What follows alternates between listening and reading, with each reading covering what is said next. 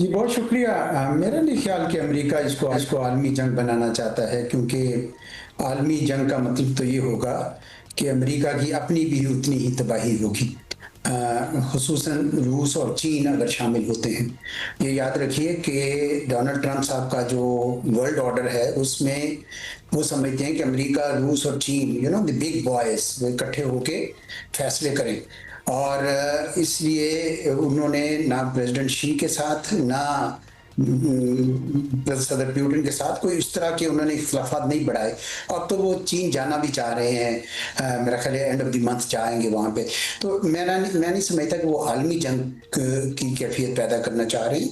लेकिन वो ये जरूर चाहते हैं कि भाई जो मगरब के लोग हैं, जो गल्फ की रियासतें हैं, ये सब के सब उनका साथ इसलिए दें।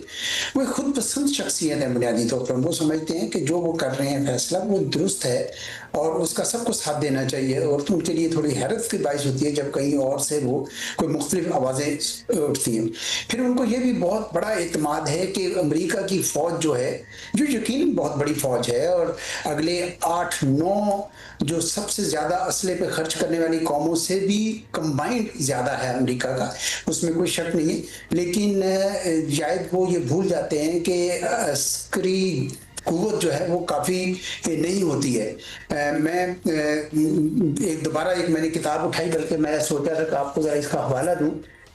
एनाटमी ऑफ फेलियर, ये हार्लन उलमन है, मिला हूँ इनको। Why America loses every war it starts.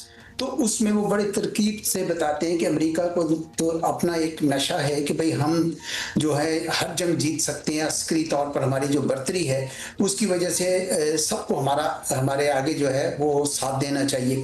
तो आलमी जंग तो मेरा नहीं ख्याल कि वो चाहते हैं। किताब तो ये पढ़नी चाहिए सारों को, वैसे खासतौर पे अमेरिका में भी।